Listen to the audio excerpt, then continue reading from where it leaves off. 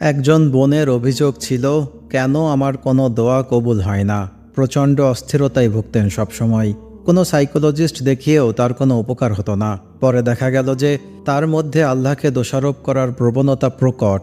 উনি সবসময় বলতেন, এটা আল্লাহর কারণে হয়েছে, আল্লাহ আমাকে লাঞ্ছিত করেছেন, আমি আশাহত হয়েছি, আমার সাথে কেন এমন হয়, ইত্যাদি ইত্যাদি। এই অবস্থা দেখে একজন তাকে একবার জিজ্ঞেস করেছিল, তুমি কি একই সাথে প্যাডেল ঘোরানো এবং কড়া ব্রেক কষে একটি সাইকেলকে সামনের দিকে নিয়ে যেতে পারবে? পারবে না। তাহলে তুমি কি করে আল্লাহর প্রতি বিরূপ মনোভাব রেখে তার রহমতের আশা করছো আর ভাবছো যে তোমার দোয়া কবুল হবে?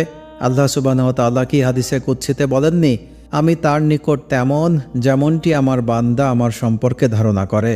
রাসূল সাল্লাল্লাহু আলাইহি ওয়াসাল্লাম কি বলে যাননি, তোমাদের কারো দোয়া ততক্ষণ পর্যন্ত কবুল হয় যতক্ষণ না সে তাড়াহুড়ো করে বলে যে আমি দোয়া করেছি কিন্তু আমার দোয়া কবুল হয়নি।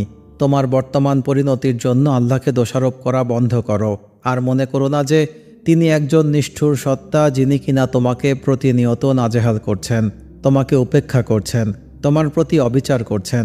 তার চেয়ে বরং আল্লাহর কাছে তোমার এরকম হীনকৃত কর্মের জন্য ক্ষমা চাও। আগে নিজের কর্মগুলি দিয়ে চিন্তাভাবনা করো।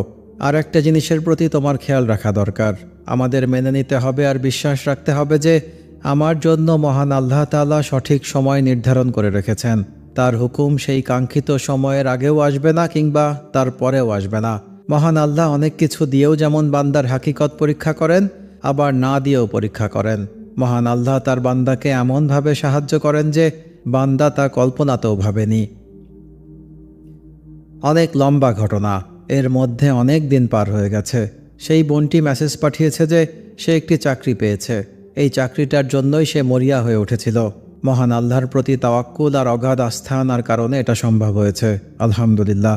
বছরের পর বছর বোনটি দোয়া করেছে কিন্তু কোনো ফায়দা হয়নি। কিন্তু যখনই সে তার মধ্যে আকীদাগত পরিবর্তন এনেছে, আল্লাহকে দোষারোপ করা বাদ দিয়ে তার প্রতি তাওয়াক্কুল করতে শিখেছে, তখনই আল্লাহ তাআলা তার জীবনকে বদলে দিয়েছেন। বছরের পর বছর সে চাকরি পাচ্ছিল না, অথচ সে এখন চাকরিটি পেয়ে গেছে। আলহামদুলিল্লাহ।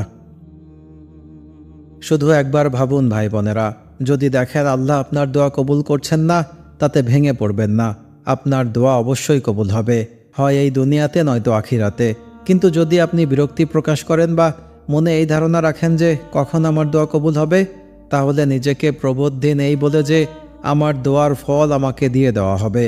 আমার দোয়া করা প্রয়োজন ছিল, আমি তা করেছি, আর এখন আল্লাহ তাআলার ওপর তাওয়াক্কুল করছি। আশা করছি তিনি বাকিটুকু করে দিবেন। আল্লাহ আমার জন্য যথেষ্ট, আল্লাহ আমার জন্য অন্তিম আশ্রয়স্থল। আমি তারই মুখাপেক্ষী, আর আমি জানি তার সাহায্য এমনভাবে আসবে যে আমি তা কখনো কল্পনাও করতে পারবো না। আল্লাহ তাআলা আমাদেরকে তাকে সঠিকভাবে চিনতে পারার তৌফিক দিন। আমিন।